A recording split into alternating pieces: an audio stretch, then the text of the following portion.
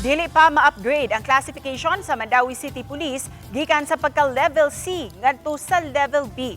Kini tungod sa mga requirements. Samtang direktor sa Napolcom midasig sa pagpalambo pa sa ekipo ug teknolohiya sa kapulisan. Ano ang report ni Nico Sereno?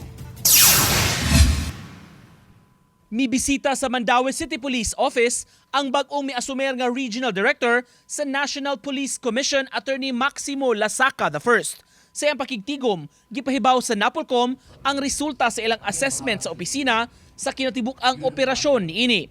Nagpakisayod si Lasaca sa mga concern sa Mandawi City Police labi na sa gidaghanon sa personnel. Sa pagkakaron, dunay 800 ka mga personnel ang MCPO para sa usa ka highly urbanized city.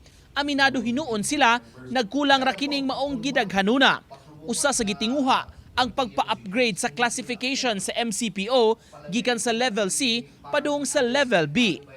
Apan wa pa kini moabante nga plano kay may requirements nga wala makabot. May advantage kung higher ang imong class kasi mas daghan ang imong personnel allocation compared sa Cebu City. Kami daghan no.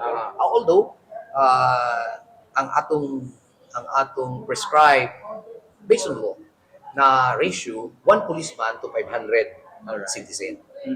So seldom man na siya ma-attain. Usa sa gidasig sa Napolcom sa kapulisan ang pagpalambo o pag-maximize pa sa teknolohiya aron magamit sa ilang trabaho. CCTV, meron na tayong mga drones, yun. I hope in the near future we will be using robotics na. No? And that's fighting crimes. Kana pa lang we are wiser than the criminals. It's already an inhibiting factor for any of them to commit crimes. Nico Sereno, Balitang Bisdak.